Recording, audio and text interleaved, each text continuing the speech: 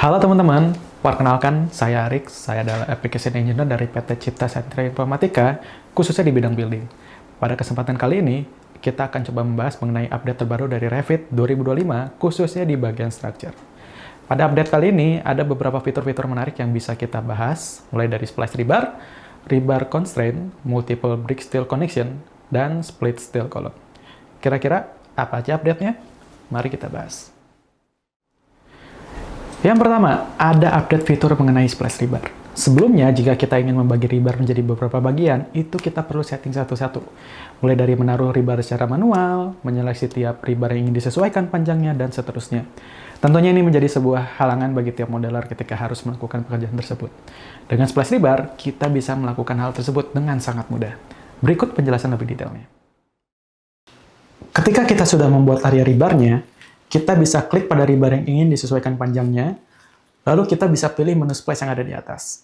Di splice rebar, kita bisa memilih dua metode pembagiannya. Yang pertama ada pick line, dan yang kedua ada by line. Ketika kita memilih pick line, kita akan diminta untuk memilih garis bantuan yang ada untuk menjadi acuan kita dalam melakukan splice rebar. Kita bisa menggunakan acuan garis model, atau kita juga bisa siapkan reference plan jika diperlukan. Setelah itu, Revit akan memotong rebar sesuai dengan garis yang sudah kita pilih. Lalu opsi kedua, ada splice rebar by line. Untuk opsi kedua ini, kita bisa tentukan splice rebar dengan memasukkan faktor maksimum atau faktor minimum panjang rebar yang akan dipotong. Bisa dilihat di sini, saya mencoba mengatur maksimum lengthnya di 7000 mm, dan Revit akan membagi rebar tersebut sesuai dengan aturan yang sudah saya definisikan. Jika ada perubahan mengenai splice rebar yang sudah dilakukan, kita bisa memodifikasi ulang splice rebarnya dengan tools Modify Splice. Setelah kita pilih splice yang akan diatur ulang, kita bisa menggeser langsung jarak splice yang sudah dimasukkan sebelumnya. Seperti itu untuk update terbaru fitur splice rebar pada Revit 2025. Yang kedua, ada fitur rebar constraint. Di versi sebelumnya, kita selalu merasa kesulitan ketika ada perubahan pada ukuran profil konkrit, seperti perubahan pada tinggi kolom atau perubahan pada panjang bentang balok. Ketika profil tersebut berubah dimensi, rebar yang ada akan ikut bergeser juga mengikuti perubahan profil tersebut. Pada fitur rebar constraint, kita bisa menentukan apakah rebar yang ada pada objek tersebut ikut bergeser terhadap perubahan profil tersebut, atau kita bisa set agar rebar tersebut tetap ada di dalam posisi awal. Berikut langkah-langkahnya. Bisa kita lihat, di sini ada beberapa profil balok dan rebar yang sudah saya siapkan sebelumnya. Jika saya merubah panjang dari balok tersebut, rebarnya akan menyesuaikan dengan perubahan profil. Hal ini bisa kita atur di settingan constraint yang ada di bagian atas.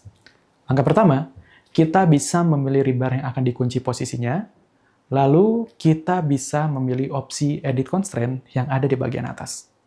Setelah itu, kita bisa merubah constraint-nya menjadi disable all agar posisinya tidak terikat dengan perubahan dimensi balok. Lakukan hal yang sama untuk rebar yang lain jika ingin menerapkan settingan yang sama. Setelah kita mengatur settingan ini, rebar yang sudah kita tentukan akan terkunci dan tidak akan terpengaruh oleh perubahan objek konkret yang kita lakukan. Seperti itu untuk update rebar constraint yang ada di Revit 2025. Yang ketiga, ada update terhadap brick connection di Revit 2025. Di versi-versi sebelumnya, kita hanya diizinkan untuk melakukan brick connection di satu titik saja.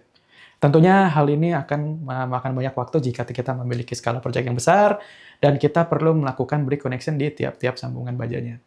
Di update terbaru ini, Revit sudah mengenalkan multiple brick connection yang mana kita bisa melakukan brick connection di saat yang bersamaan.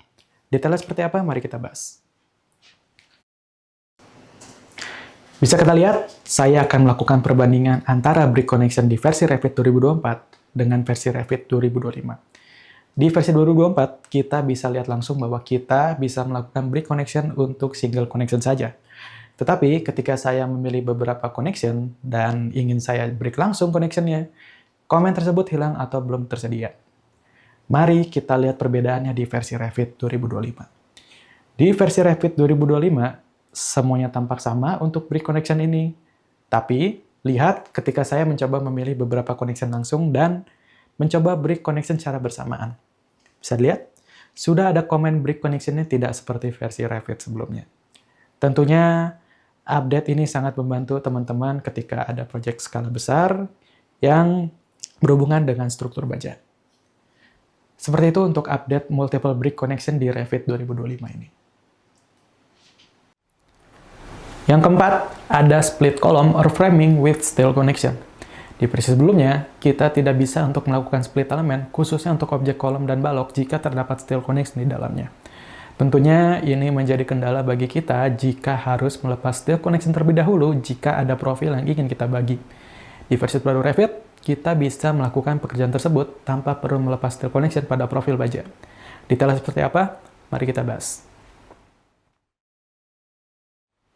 Bisa kita lihat, di sini saya akan mencoba untuk menggunakan tool split element pada steel column yang sudah saya siapkan sebelumnya di versi Revit 2024. Ketika saya mencoba menggunakan tool split element pada kolom, Revit tidak mendeteksi objek yang bisa dipotong. Tentunya ini menjadi sebuah masalah untuk teman-teman modeler jika harus melakukan kerja ulang hanya untuk memotong profil yang sudah diletakkan sebelumnya. Mari kita bergeser ke Revit 2025. Di versi Revit 2025, saya mencoba cara yang saya terapkan sebelumnya di versi Revit 2024. Dan bisa kita lihat, sekarang kita bisa memilih profil yang ada pada model. Dengan fitur ini, teman-teman bisa memudahkan proyek dengan lebih fleksibel tanpa harus memikirkan kerja ulang jika ada ukuran profil yang harus disesuaikan panjangnya. Demikian penjelasan detail mengenai fitur split column or framing with steel connection. Selamat mencoba!